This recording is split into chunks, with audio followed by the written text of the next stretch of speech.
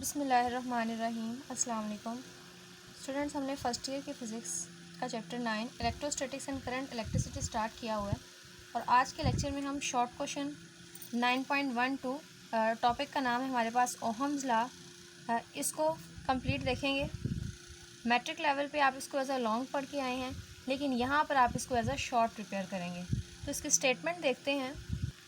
The current flowing through a conductor, for example आपके पास कोई भी कंडक्टर है, जिस तरह ये आपके पास कोई वायर का सेगमेंट है और इसके अंदर से करंट फ्लो कर रहा है,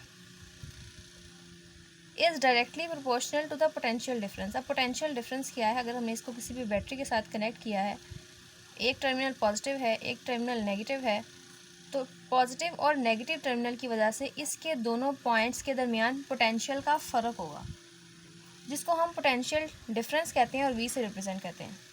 और यही बात ओहम्स लॉ ने कही हुई है, the current flowing through a conductor is directly proportional to the potential difference, कि करंट और पोटेंशियल डिफरेंस एक दूसरे के डायरेक्टली प्रोपोर्शनल है। यानी अगर हम किसी भी बैटरी का पोटेंशियल डिफरेंस ज़्यादा करेंगे तो इसी तरह हमारे पास करंट भी ज़्यादा होगा, और अगर हम पोटेंशियल डिफरेंस या हम कह लें कि इनके दोनों सिरों के दरमियान पोटेंशियल का फ़र्क कम रखेंगे तो करंट भी कम फ्लो करेगा। डायरेक्टली का मतलब असल में ये होता है। हम इसको ऐसे भी लिख सकते हैं, इसका भी मतलब यही है, I is directly proportional to V and V is directly proportional to I। इसमें से आप एक भी चीज़ को बढ़ाएंगे तो दूसरी ऑटोमेटिकली खुद से बढ़ेगी। फिर हम क्या करते हैं, हम डायरेक्टली का साइन ख़त्म करने के लिए हमेशा एक कांस्टेंट लगाते हैं, जिसको हम यहाँ पर ओहम्स लॉ के अंदर R लिखते हैं। अब स्टूडेंट्स, ये हमने मैथमेटिकल फॉर्म ड्राइव कर ली और मैं आपको बताती हूँ कि R क्या है। हमने इस स्टेटमेंट को देखा था कि करंट जो किसी भी कंडक्टर के अंदर से फ्लो कर रहा है is directly proportional to the potential difference. ये करंट इस पोटेंशियल डिफरेंस के डायरेक्टली प्रोपोर्शनल है। अप्लाइड अक्रॉस द कंडक्टर, वो पोटेंशियल डिफरेंस जो हमने कंडक्टर के अक्रॉस अप्लाई किया हुआ है। Provided there is no change in the physical state of the conductor. अब ये बात है जो अक्सर स्टूडेंट्स को कन्फ्यूज़ करती है कि फ़िज़िकल स्टेट ऑफ कंडक्टर के अंदर कोई चेंज ना आए, इसका मतलब क्या है? अब स्टूडेंट्स, आपको पता है कि करंट के मैग्नेटिक, केमिकल और हीटिंग इफ़ेक्ट्स हैं।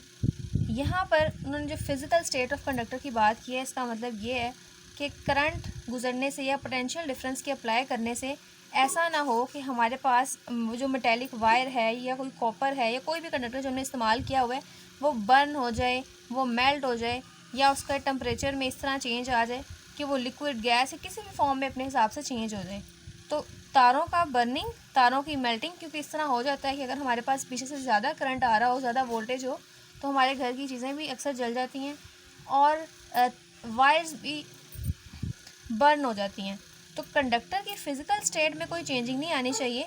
उसी केस में हम कहेंगे कि करंट और पोटेंशियल डिफरेंस दोनों के दरमियान डायरेक्ट रिलेशन है। अगर इसकी फ़िज़िकल स्टेट चेंज हो जाएगी तो हमारे पास ओहम्स लॉ या V और I का ये जो डायरेक्ट रिलेशन है ये वैलिड नहीं रहेगा, ये करेक्ट नहीं होगा बल्कि ये इनकरेक्ट होगा।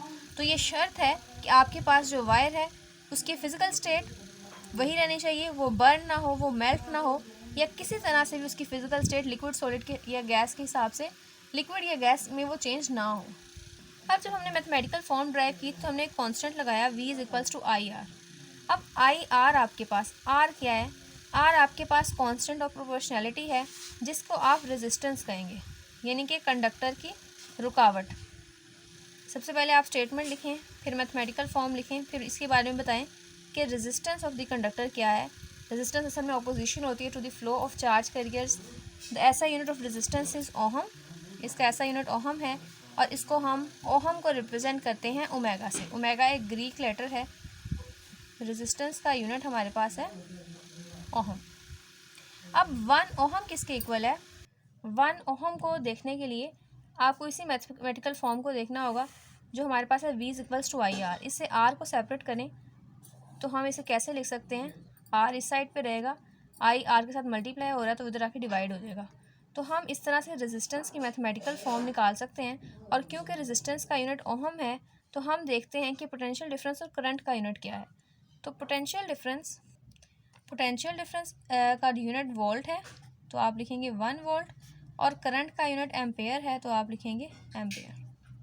अब 1 ओहम को हम कैसे डिफ़ाइन करेंगे कि एक रेजिस्टेंस, एक कंडक्टर, जिस तरह हमने ऊपर एक कंडक्टर देखा, इस कंडक्टर की रेजिस्टेंस 1 ओहम हो सकती है। कैसे हो सकती है कि अगर इसके अंदर से जो करंट फ्लो कर रहा है आई, वो आपके पास 1 एम्पेयर हो, आपके पास जो करंट फ्लो कर रहा है 1 एम्पेयर हो, और जो बैटरी के दरमियान बैटरी ने कंडक्टर के दोनों एंड्स के दरमियान पोटेंशियल डिफरेंस अप्लाई किया है वो 1 वोल्ट हो। अगर 1 एम्पेयर करंट फ्लो करे और 1 एम्पेयर करंट की वजह से पोटेंशियल डिफरेंस 1 वोल्ट हो, तो हम कहेंगे कि इस कंडक्टर की रेजिस्टेंस 1 ओहम है। If 1 ampere of current flows through a conductor, when the potential difference is applied is 1 volt, then the resistance of the conductor will be 1 ohm। और ये उन्होंने ओहम की डेफिनेशन यहाँ पे लिखी हुई है इस तरह से। तो ये 4 पॉइंट्स हैं। सबसे पहले आप इसकी डेफिनेशन स्टेटमेंट लिखें, सेकंड नंबर पे मैथमेटिकल फॉर्म, और थर्ड नंबर पे बताएं कि आर जो हमने इसके अंदर इस्तेमाल किया वो क्या था, आर का यूनिट क्या है, और आर का यूनिट जो ओमेगा है उसको हम कैसे डिफाइन करेंगे। तो स्टूडेंट्स, ये था हमारा आज का शॉर्ट क्वेश्चन। मिलते हैं नेक्स्ट वीडियो में।